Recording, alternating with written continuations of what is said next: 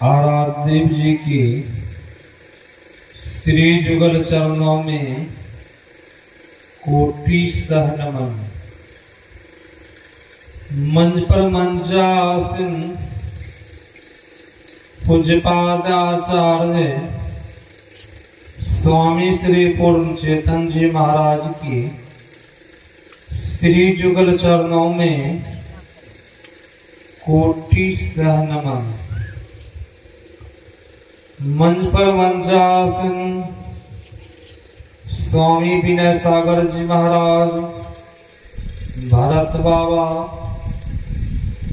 सत्संग उपस्थित धर्म प्रेमी माताओं एवं बहनों, सबों को मेरा नमन है। अभी हम लोग श्री रामचरितमानस से पाठ श्रवण किए। पाठ में हम आप सुन रहे थे सेवक की विशेषता और गुरु की महिमा।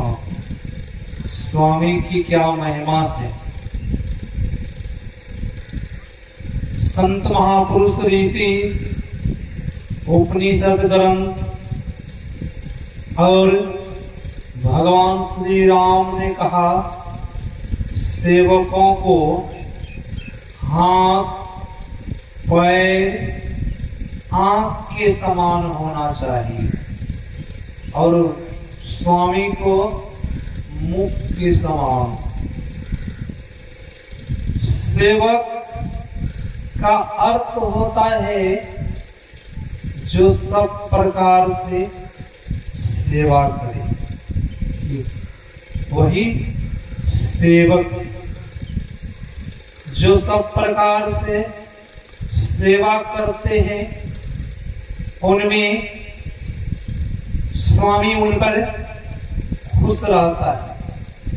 जो सब प्रकार से सेवा नहीं करता है उन पर स्वामी खुश नहीं रहता।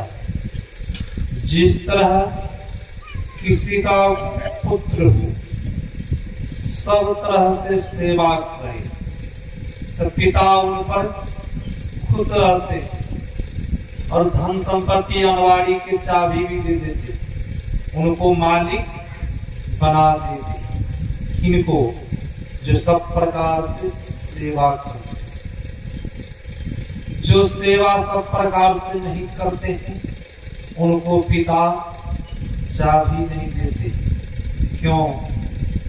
संशय है यह पुत्र को जब हम चाबी दे देंगे ये क्या करेगा नहीं करेगा पता नहीं।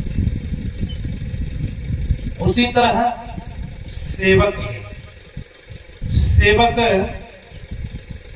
गुरुओं की सेवा करे, खाओ पैर दबावे, कपड़ा धो करके दे, खाना बना करके खिलावे, आज्ञाओं का पालन सेवक नहीं करे। बताइए सब काम कर रहा है, सेवा भी तो कर रहा, आज्ञाओं का पालन नहीं करना। क्या हुआ है? सेवक के योग है? कहेंगे नहीं महाराज, सेवक के योग नहीं। बहुतों सेवक ऐसे गुरु जी के सेवा में रहते हैं, गुरु जी के गुण अवगुण को देखने के लिए चाहते कि बहुतों पिता की सेवा करते हैं, वह मान समान सोचता हमें मिले, पिता की कब घंटी बज जाए मृत्यु हो जाए हम मालिक बने।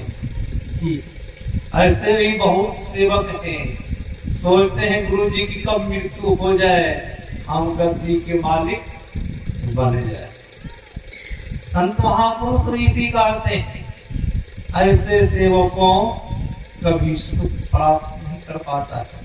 जो इस तरह का करता है बहुतों सेवक इस तरह का किया है, गुरु की हत्याएं की और गद्दी पर बैठ गया है। उनका परिणाम देख लीजिए, आज जेल में हवा पी रहे। बहुत तो ऐसा सेवक है, बहुत तो ऐसा पुत्र है, पिता को मरवा करके अपना मालिक बना। उनका परिणाम देखने बाद में वही संत महापुरुष कहते, एक सेवक गुरु जी के सेवा में रहते थे, सब प्रकार से सेवा करता था और कभी कभी आज्ञाओं का पालन नहीं करता था वह सेवक। और गुरु जी की दया आ गई, बहुत दिन से आश्रम में रहते। गुरु जी को जब दया आ गई, गुरु जी एक छड़ी दे दी, बोला पुत्र इस छड़ी को जिधर घुमाओगे उनका मन का बात तुम जान जाओगे। सेवकों ने बड़ा खुश हुआ। अब जो कोई आश्रम आवे वह सेवकों ने क्या करे, उनकी तरफ छड़ी को घुमा दी, उनके अंदर के मन के बातों को वह जान जाते। अब होता क्या है, अब सेवकों के पास भीड़ लगना शुरू, एक कान दो कान सबके तरफ छड़ी घुमाए, सबके मन की बातों को कह दे सेवक। अब सबने सोचा ये पहुंचे हुए सेवक हैं, उनके पास सब जाते थे। सेवकों के मन में हुआ मैंने सबों की तरफ घुमा लिया हूं, संसार की तरफ सबों की तरफ एक छड़ी को घुमाया हूं, सबों का मन का बात मैं जान गया हूं। एक बार गुरु जी की तरफ क्यों न घुमा कर देखें। सेवकों ने क्या किया है, एक दिन उस छड़ी को गुरु जी की तरफ को घुमा, गुरु जी के अंदर में देखा, अरे इनके अंदर में तो बहुत दुष्ट व्यवहार हैं, बहुत गुण अवगुण है, मैं तो इनके सेवा में रह रहा हूँ, सब प्रकार से सेवा भी करता हूँ, इनके धर्म शरण में रहते हैं, ये तो अपने इनके अंदर बहुत विकार है, दुर्विकार है इनके अंदर में, यह मेरा क्या कल्याण करेगा, मेरा क्या उद्धार करेगा, इनके अंदर बहुत तरह का विकार है। मैं तो सोचा ये पहुंचे हुए महापुरुष हैं, मैं ये सोच करके इनके सेवा में रहा, इनके अंदर में बहुत तरह का विकार है, बहुत तरह का दुष्ट व्यवहार भरा हुआ है, इनका सेवा में कौन रहेगा, इनका सेवा छोड़ करके चला जाना चाहिए। सेवकों ने इस तरह का निर्णय विचार किया। होता क्या है, जो पहुंचे हुए संत वे सबों के मन की बात को जानते। पहुंचे, आप क्या सोच रहे हैं, क्या आपका मन में चल रहा है, जो संत होते वह जानते। गुरु जी ने उनका मनों का बात जान गया कि सेवकों के मन में इस तरह चल रहा है, अब इनकी सेवा में कौन है, आश्रम से चला जाना चाहिए, हम तो बहुत दिन से इनकी सेवा और मैं तो अपना जिंदगी बर्बाद कर दिया। सेवकों निर्णय कर लिया, मैं आज रात चला जाऊंगा, आज दिन से मैं सेवा में नहीं रहूंगा। गुरु जी जान गए। गुरु जी जब शाम हुई, गुरु जी वह सेवकों को बुलाते, सेवकों से पूछते, पुत्र तुमने इस छड़ी को सबों की तरफ घुमाया, सबों का मन का बात तुमने जाना, मेरा तरफ भी तुमने घुमाया इस छड़ी को, मेरा ही मन का बात तुमने जान लिया। पुत्र एक बार तुम अपना तरफ घुमा के देख लो इस छड़ी, तब पुनः फिर चला जाना, मेरा सेवा में तुम नहीं रखना, एक बार अपना तरफ घुमा के देखो। वह सेवक ने उस छड़ी को अपना तरफ घुमाता है। जो ही अपना तरफ घुमाया, सबसे ज्यादा दुष्ट व्यवहार उनके अंदर में था, सबसे ज्यादा पाप उन्हीं सेवक के अंदर में था। उनको बड़ा अफसोस हुआ कि सबसे अधिक दुष्ट व्यवहार पापे मेरे अंदर में है। मैं तो कह रहा था कि सब पापी ही पापी संसार में, मैं तो वो लोगों से कई गुना पापी तो मैं। सेवकों ने गुरु जी की शरण में गिर गए और कहते हैं प्रभु मुझे क्षमा कीजिए। और जो संत होते हैं क्षमावान होते, क्षमा उनका परम कल्याण कर। ऐसे होते हो तो सेवक सोचते हैं हमें मान सम्मान मिले। इसलिए ने कभी कहा है, संतों ने कहा है, गुरु की निंदक जग में दुखी कब होने पावे मोक्ष। गुरु के आज्ञा माने नहीं। वो तो ऐसे होते हैं गुरुओं की आज्ञा को मानते नहीं है। गुरु लगावे दोष, गुरु की निंदक जग में दुखी कब हुन पावे मोक्ष। अब गुरुओं की आज्ञाओं को तो मानता नहीं है सेवक, गुरु के ही दोष लगाते हैं। और ऐसे सेवक जग में दुखी रहते हैं। ऐसे पुत्र कहिए, किसी का पुत्र है, पिताओं के आज्ञाओं का पालन नहीं मानता है, तो वह पुत्र को देख के दुखी आता है जग में। वह पुत्र कभी लायक नहीं बन सकता है। क्यों? माता पिता गुरु, पुत्र के लिए पिता कभी अशुभ नहीं सोचते। कि सोचते पुत्र लायक हो या न लायक हो, उनके लिए पिता शुभ ही शुभ सोचते।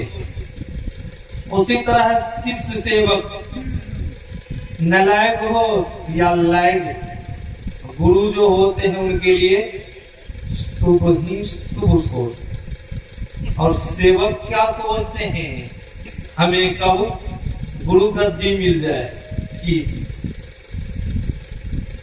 ऐसे हमारे परमानंद गुरु महाराज जब बाबा देवी साहब इस पार्थिव शरीर छोड़ करके चले गए, तो मुरादाबाद के कुछ श्रद्धालुओं ने, सत्संगियों ने महाअधिवेशन कराया मुरादाबाद में। परमानंद गुरु महाराज जी को बुलाए। उस समय मुरादाबाद और कुप्पागढ़ भागलपुर से स्पेशल ट्रेन जाती थी उस अधिवेशन में। बहुत ठीक ठाक वह अधिवेशन हुआ। जब परमानंद गुरु महाराज जी पुनः लौट करके कुप्पा घाट आए, 1-2 साल के बाद फिर वहां के सत्संगियों सेवकों ने परमानंद गुरु महाराज जी को बुलाए मुरादाबाद। जब परमानंद गुरु महाराज जी मुरादाबाद गए तो 2-4-5 रोज रह गए और वहां के सेवकों ने कहा हजूर आश्रम पर चला जाए। तो गुरु महाराज उस समय व्हील चेयर पर चलते थे। अब व्हील चेयर तैयार किया गया, उस पर परमानंद गुरु महाराज जी का आसने को बिछाए और परमानंद गुरु महाराज उस पर बैठे। राम लगन बाबा चलाते चलाते व्हील चेयर को आश्रम लेकर के गए और आश्रम में एक छोटी चौकी लगी हुई थी बाबा देवी साहब के आश्रम में। परमानंद गुरु महाराज जी उस व्हील चेयर में बैठे। कुछ भगीरथ बाबा उस चौकी जो लगी हुई थी उस पर जाकर के आसन को बिछा दिए और वहां से भगीरथ बाबा आए गुरु महाराज जी को गोद में उठाने के लिए। जैसे गुरु महाराज जी को गोद में उठाए, जब गुरु महाराज जी को दृष्टि पड़ी चौकी के ऊपर, चौकी पर दृष्टि गई, उस पर देखा आदमी छाया हुआ है। तो गुरु महाराज जी जोर जोर से चिल्लाने लगे, ये बाबा देवी साहब की चौकी है, बाबा देवी साहब की चौकी है, मैं इस चौकी पर नहीं बैठूंगा, जल्दी आदमी उठाओ। गुरु महाराज जी बहुत जोर जोर से चिल्लाए, गुरु महाराज जी उस चौकी पर नहीं बैठे। देख लीजिए कैसे, कितनी गुरु महाराज जी की श्रद्धा थी, बाबा देवी साहब के चौकी पर नहीं बैठे। अभी के समय में कि सोचते हैं गुरु की गद्दी हमें मिल जाए, उनके जो भी सामान है हम अपना ले, पर महाराज गुरु महाराज जी उसकी चौकी पर नहीं बैठे। बाबा देवी साहब इस चौकी पर बैठे, मैं इस चौकी पर नहीं बैठूंगा। अभी सेवकों, गुरु जी की गाड़ी है, चप्पल है, कपड़ा वस्त्र बढ़िया, गुरु जी शरीर छोड़ दे, सोचते सब हम अपना ले। वाह गुरु महाराज जी, ऐसे सेवक, जो ऐसे सेवक होते हैं वही उस ज्ञान को प्राप्त करते हैं, वही संत महापुरुष ऋषि कहते हैं। ऐसे सेवक जब हम आप बन जाएंगे, जैसे प्रमाद गुरु महाराज जी थे, ऐसे सेवक जब बन जाएंगे हम लोगों का परम कल्याण हो जाएगा। संत महापुरुष जो भी हुए हैं वह आज्ञाओं का पालन किया है, जो कोई आज्ञाओं का पालन नहीं करता है वह सेवक बनने योग्य नहीं। बहुत तो सेवक हम आप क्या है, हम आप भी गुरु महाराज जी के सेवक ने जो सेवा करते वही है, हम समझाते हम भी सेवक है, नहीं, आप लोग भी सेवक हैं, इन्हें आप लोग गुरु महाराज जी के सेवक। आज्ञाओं का पालन क्या है, गुरु महाराज जी हम लोगों का आज्ञाओं का पालन करने के लिए कहा है। आज्ञाओं का पालन क्या है, झूठ, चोरी, नशा, हिंसा, व्यभिचार की, यही है आज्ञाओं का पालन। ये आज्ञाओं का पालन करते हुए जब सत्संग करते हैं कि हमने कहा सत्संग करने के लिए पहले आज्ञाओं का पालन कीजिए तब सत्संग कीजिए। गुरु महाराज जी बोले तो तब सत्संग कीजिए, तब ध्यान कीजिए। जब इस पंच पाप में से एक पाप भी करते हैं तो आज्ञाओं का पालन करना हुआ, सेवक बनना हुआ, सेवक हम नहीं रहे। महाराज जी बाबा देवी, संत बाबा देवी साहबों की आज्ञाओं का पालन बहुत। परमाराग गुरु महाराज जी जब बाबा देवी साहब के सेवा में रहे तो गुरु महाराज जी जब उस समय पैदल चलते बाबा देवी साहब, अभी तो गाड़ी घोड़ा हर चीज का सुविधा हो गया कि अभी लोग गाड़ी घोड़ा से पहले विष्णुकांत जी महाराज गरीब बैल से चलते थे कि अभी चलिए लोग गाड़ी घोड़ा से चलते हैं। उससे भी पहले गुरु महाराज जी पैदल चल के धर्म का प्रचार किए हैं, सत्संग का प्रचार किए कि गांव-गांव में पैदल चलते थे, तब पुनः बैलगाड़ी से, तब गुरु महाराज जी जीप लिए, उस जीप से चलते थे। गुरु महाराज जी जब बाबा देवी साहब की सेवा में रहते थे, कहीं जा रहे थे प्रचार प्रसार में,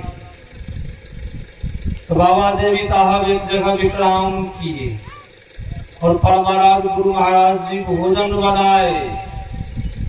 बाबा देवी साहब भी भोजन किए और आराम किए। सुबह हुई, वहां से चल दिए।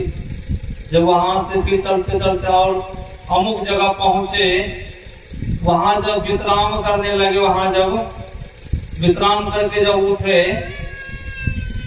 तो गुरु महाराज जी से पूछते हैं, क्या जी जलावन जो बच गया था वह जलावन नहीं लिया?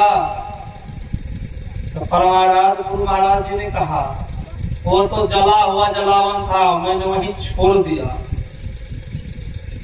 संत बाबा देवी साहब बहुत बिगड़े हैं, आप वहीं छोड़ दिए जलावन, बहुत बिगड़े। तो उस दिन से जब गुरु महाराज जी क्या करते थे, जब जलावन खाना बनाते थे, जला हुआ लकड़ी कोयला को भी झोला में लेते थे। आप देख लीजिए, आज्ञाओं का पालन, सब कुछ झोला में लेते थे। एक रोज बाबा देवी साहब पूछते थे, क्या जलावन लिया कि नहीं लिया? बोला हाजुर आज तो मैं उस कोयला को भी ले लिया। ऐसे शिष्ट जो कह देते थे वह गुरु महाराज जी का, और जो सेवक आज्ञाओं का पालन करते हैं उनको बहुत विशेष लाभ होता है। संत तुलसी साहब के 4 प्रमुख शिष्य, बाबा देवी साहब, सूर्य स्वामी, शिवदयाल सिंह जी महाराज, गिरधारी स्वामी, 4 प्रमुख शिष्य, सूर्य स्वामी, शिवदयाल सिंह जी महाराज, बाबा देवी साहब, गिरधारी स्वामी। सबों सेवकों तन मन से सेवा करते थे गुरु जी की। कभी कभी ऐसा होता है आश्रम में कोई सेवक नहीं बचता है, गुरु जी अकेले भी कोई बचता है, आ जाता है, सेवकों कहीं कहीं चला जाता है कोई काम। आश्रम में बहुत तरह का काम होता है। उस दिन कुछ सेवकों बाजार मार्केट चला गया और सूर्य स्वामी जन्म अंधे थे, उनको दिखाई नहीं पड़ता था। जो सूरदास होता है उनको दिखता है, उनको नहीं, जन्म अंध था, उनको कुछ नहीं दिखता था। और सब सेवकों ने मार्केट बाजार चला गया। अब सत्संग का समय हो रहा है। परमाराज गुरु महाराज जी भी सत्संग के समय में सत्संग करते थे। इसीलिए कहा गया, गोस्वामी महाराज ने कहा है, जीवन मुक्त ब्रह्म पर चरित सुनहि तजि ध्यान, जे हरि कथा करई रति किनके ही पसान। इसलिए गोस्वामी महाराज कहा, इस सत्संग में समाधि को छोड़ करके महापुरुष कुछ क्षण के लिए सत्संग सुनने के लिए आते। परमाराज गुरु महाराज जी भी समाधि में रहते थे, और जब सत्संग के समय होता था तो गुरु महाराज जी कहते थे, अब सत्संग का समय हो गया है, अब चलिए सत्संग करने के लिए। और उसी तरह अब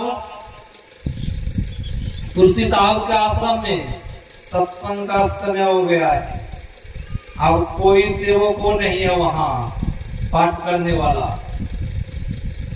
है, तो एक सूर्य स्वामी है, तो उनको दिखता नहीं है, तो वह पाठ क्या करेगा? अब समय सत्संग का समय हो रहा है, अब सेवकों सब बाजार में घूम रहा है, सेवक सब सामान लेने के लिए गया है, अब सूर्य स्वामी है। अब संत तुलसी साहब कहते हैं, सत्संग शुरू करो, सत्संग का समय हो रहा है। अब सूर्य स्वामी ने आज्ञाओं का पालन किया और कहता है, प्रभु मुझे तो दिखता है नहीं, हम कैसे पाठ करूंगा, पढ़ूंगा? बोला पढ़ो, आज्ञाओं का पालन किया। और तुलसी साहब कहते हैं, पुस्तक उठाओ पढ़ो। अब सूर्य स्वामी का मुझे नहीं दिखता है। अब तुलसी साहब कहते हैं, जो मैं कर रहा हुआ तो करो तो सही, दिखेगा। अब तुलसी साहब मंच पर विराजमान है और सूर्य स्वामी नीचा में बैठे। तुलसी साहब छड़ी रखते थे, ऐसे छड़ी से किए, बोले मैं जो कर रहा हूं पुस्तक को उठाओ।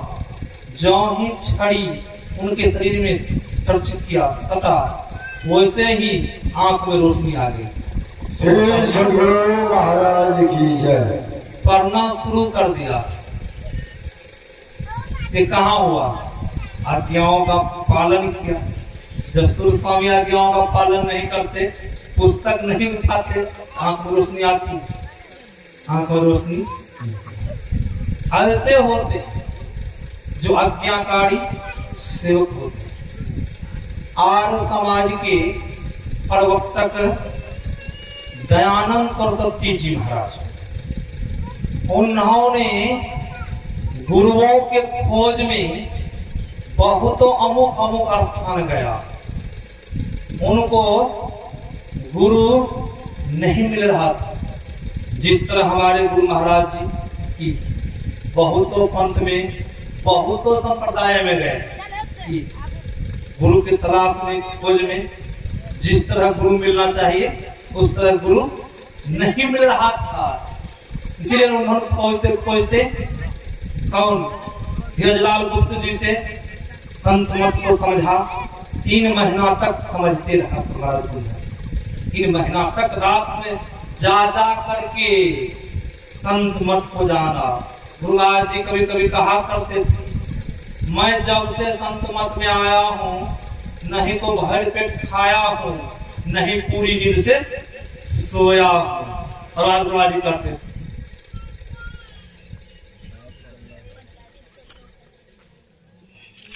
गुरु महाराज जी करते थे, जब से मैं संत मत में आया हूँ भर पेट नहीं खाया हूँ, नहीं पूरी नींद से सोया। क्या सज्जनों, हम लोग भी संत मत में आए हैं कि नहीं आए? हम लोग भी संत मत में जुड़े। क्या कभी पूरी नींद से नहीं सोए हैं, भर पेट नहीं खाए हैं? हम लोग पूरी नींद से सोते भी हैं, भर पेट खाते भी कि नहीं खाते? गुरु महाराज जी ने ऐसा क्यों कहा? जो साधक भर पेट खाता है उनसे ध्यान नहीं होगा। वो जो ध्यान करने के लिए, बैठने के लिए चाहेगा, उनसे ध्यान नहीं होगा। भर पेट खाने पर मन चंचल होगा, अधिक आलस, नींद आएगी। और जब नींद आएगी, वो ऊँघी आएगी, तो आपसे ध्यान होगा। भले आप ध्यान में बैठ जाएंगे, उठ के ध्यान में बैठ जाएंगे, आपसे ध्यान होने वाला नहीं। अच्छा भोजन नहीं बना है, स्वादिष्ट भोजन नहीं बना है, आपको खेवे नहीं किए। ऐसे बहुतों कहा जाते हैं, महाराज क्या भोजन नहीं बना है, आप तो दूसरा जगह लग रहा है खा लिए हैं, मेरे हाथ आप तो खेवे नहीं किए। क्या भर पेट जो महात्मा खा लेगा उनसे होगा ध्यान? ऊँघी आएगी, नींद आएगी, ध्यान कहाँ करेगा?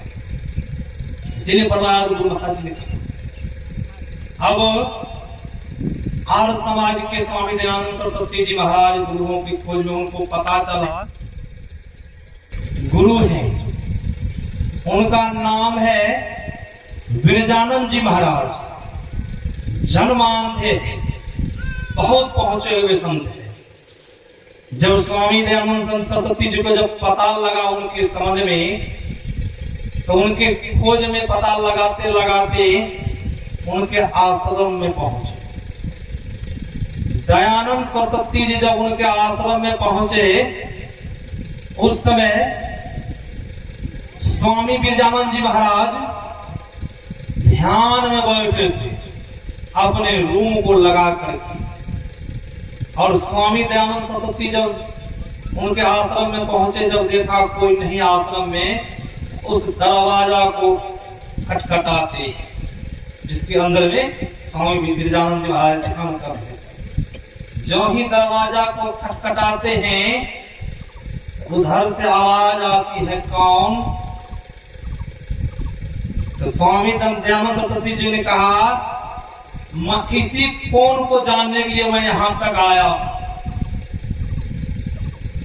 और झट से विरजानंद जी महाराज गेट को खोलते। वह भी शिष्य के तलाश में थे कि परिपक्व शिष्य मिले, सेवकों मिले, आज्ञा के पालन करने वाले सेवकों मिले। विरजानंद स्वामी भी खोज में थे, उस तरह का सेवक मिले। और जो ही ये कहा कि मैं उसी कौन को जानने के लिए मैं यहाँ तक पहुंचा हूं, मैं कौन हूं, तो ही विरजानंद जी महाराज दरवाजा खोलते, बाहर निकलते। जो ही विरजानंद जी महाराज उनको सीने से लगाते हैं, स्वामी दयानंद सरस्वती जी महाराज की दिव्य दृष्टि खुल जाती है। चौकी सीना से लगाए। क्यों दिव्य दृष्टि क्यों खुल गई? पहुंचे हुए संत उनका स्पर्श इस पहुंचे हुए सभी के शरीर से आभा निकलती है। आदमी जो साधकों है सबों के शरीर से आभा निकलती है, उस आभा एक दूसरों में समा जाती सानिध्य में रहते हैं।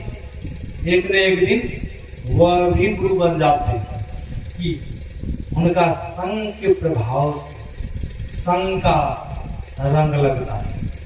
कोई चोर का संग करता है तो वह धीरे धीरे चोर बन जाता है।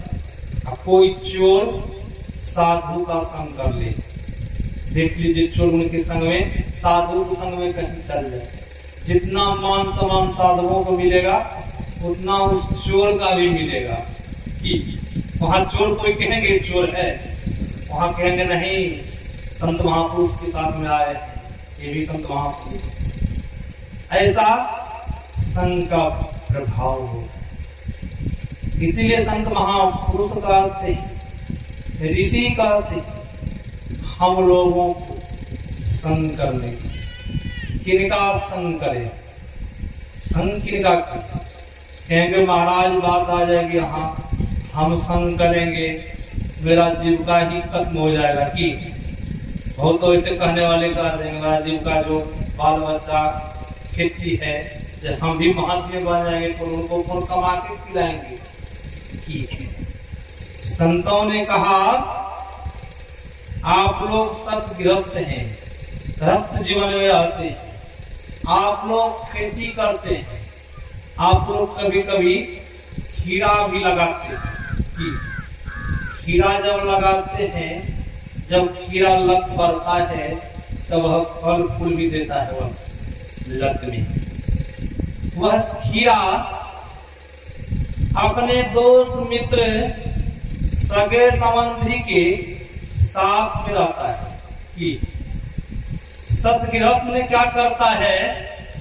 उनको सबों के साथ से खुदा के तोड़ के अपना घर ले आता है।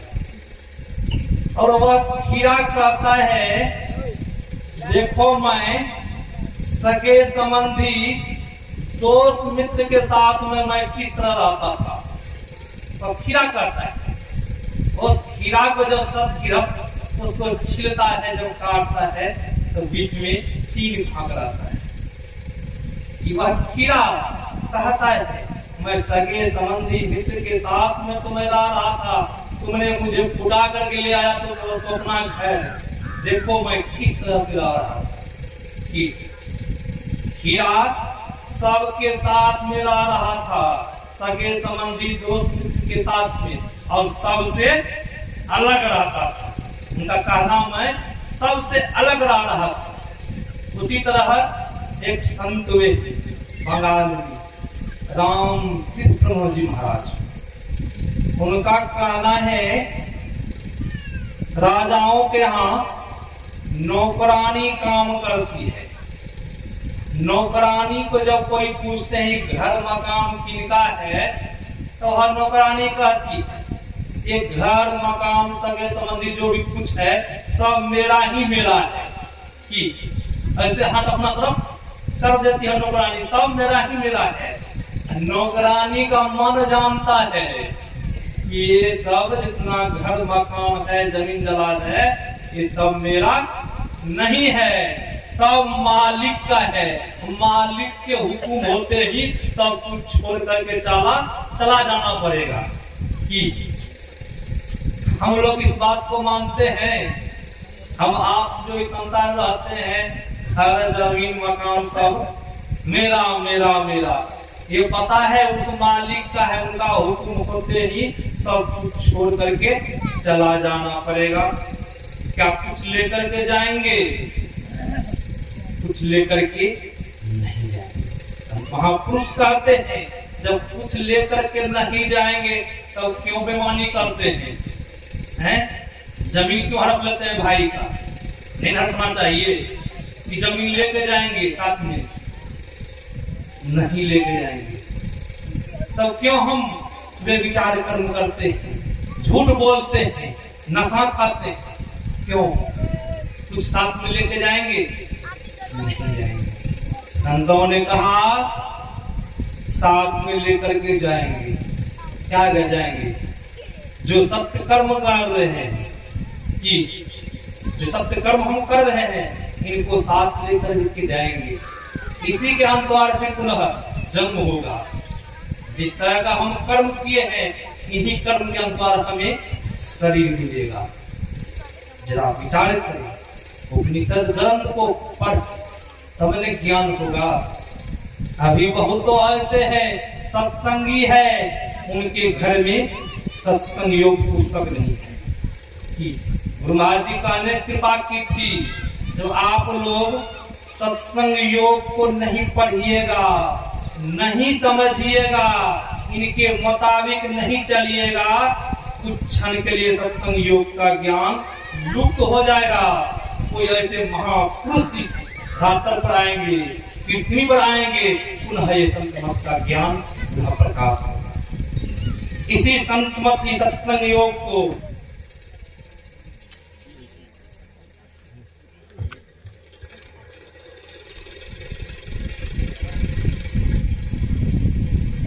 कुप्पा घाट महंती में ही आश्रम में विनोबा भावे बहुत विद्वान थे, बहुत विद्वान, प्रखर विद्वान थे। उन्होंने गुरु महाराज जी के दर्शन के लिए कुप्पा घाट आश्रम आए।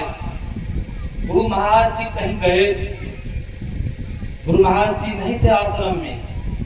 गुरु महाराज जी के सेवकों ने उनको खाना खिलाए, बैठने के लिए दिए। जब वह चल दिए तो सत्संग योग पुस्तक ला करके उनको भेंट में दिए।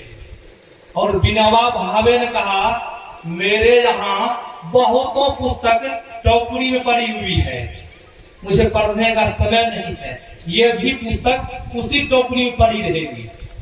विनोबा भावे बोले। और सेवकों ने कहा, ले जाइए पुस्तक, कोई बात नहीं, उसी टोकरी में ये भी पुस्तक पड़ी रहेगी। और विनोबा भावे जब इस पुस्तक सत्संग योग पुस्तक को ले गए, जब रात में उल्टा कर एक बार देखे तो सारी रात पुस्तक पढ़ते रह गए।